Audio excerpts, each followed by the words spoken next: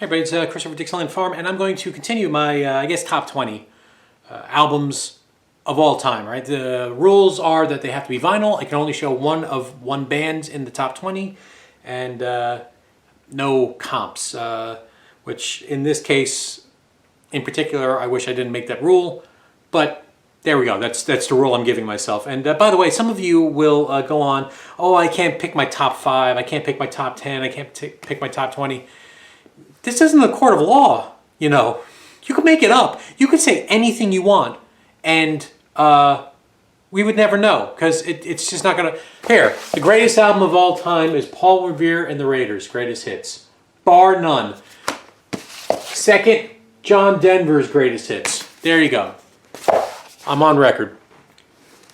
Sure, previously I said the White Album, I said Pet Sounds, and Neutral Milk Hotels and the Airplane Over the Sea. Number 4. Chris, you're going backwards. Yeah, so what? Number 4. While I say that White Light, White Heat is my favorite Velvet Underground album, can we can't get the Tattoo to Pop's Black on Black. It's really hard to see. It's a repress anyway, so it doesn't really matter. Even though I say that's my favorite album by the Velvet Underground, this is their best album. What's the difference? This album is perfect. The other album is not. The other album is the one I tend to play more often. But this album is, there's nothing wrong on this album. Everything is perfect. The sequence is perfect. I do prefer the Val Valentin mix, not the Lou Reed Closet mix, which he went in after the fact and bumped up his vocals because he was getting jealous that Doug Yule was going to take over the band. But they didn't need Lou. So in his insecurity, he went and put that out. And for a long time, that was the only mix. This was the original mix. And then when it came out on CD, the original mix, the Val Valentin mix came out. And then Lou, I guess, again, pushed out the Closet mix. Yeah. Billy Name. Just like Billy said, both those words are dead. Yeah.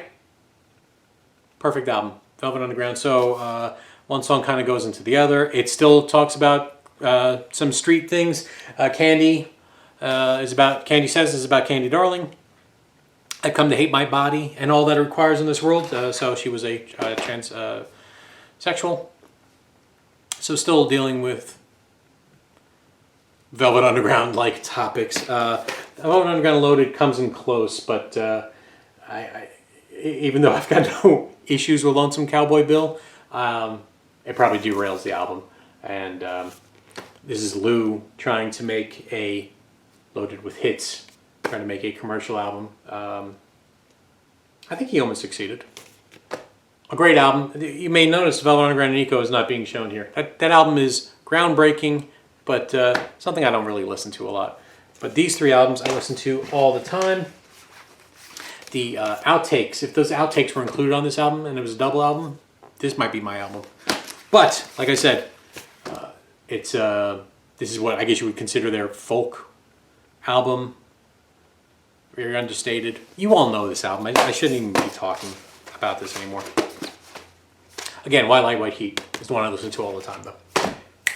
Number 5. The reason why I regret saying no greatest hits is because this album is the album that probably changed my life in my musical appreciation.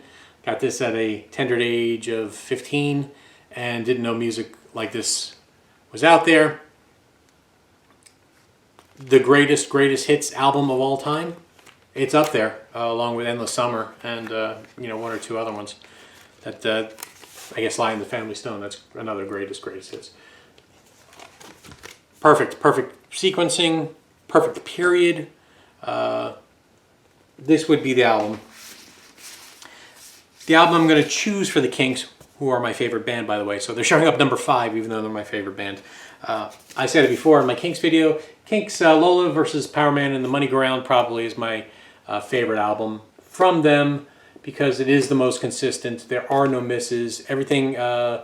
So Ray was doing his rock opera, musical, story kind of pieces at this point where everything, tied together. And so this is a story It includes him, making the music business, disillusionment, and while those topics are trite and boring at this point, it was still novel back then. And the songs that, even though they may be about the music business or more about working class struggle, are just perfect. And it's got their best song, Strangers, which is not by Ray Davies, it's by Dave Davies. Right, that's Dave over there. That's Ray over there.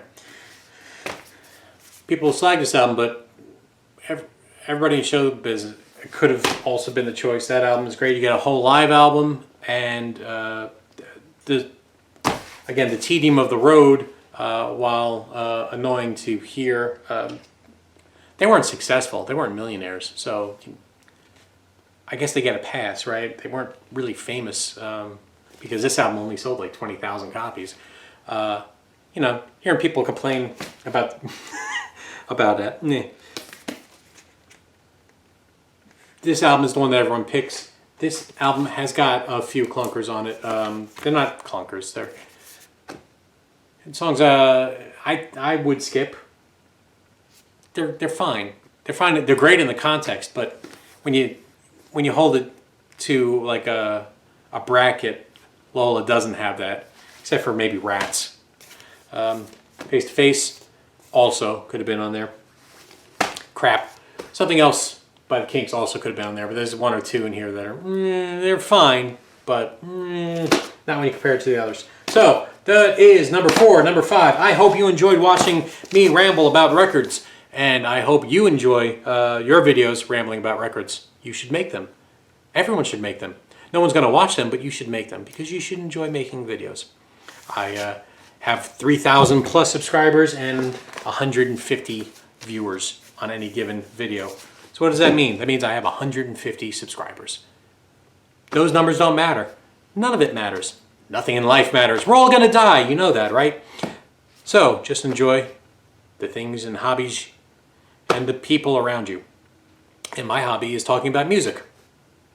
Yours is watching me talk about music. Take care, everybody.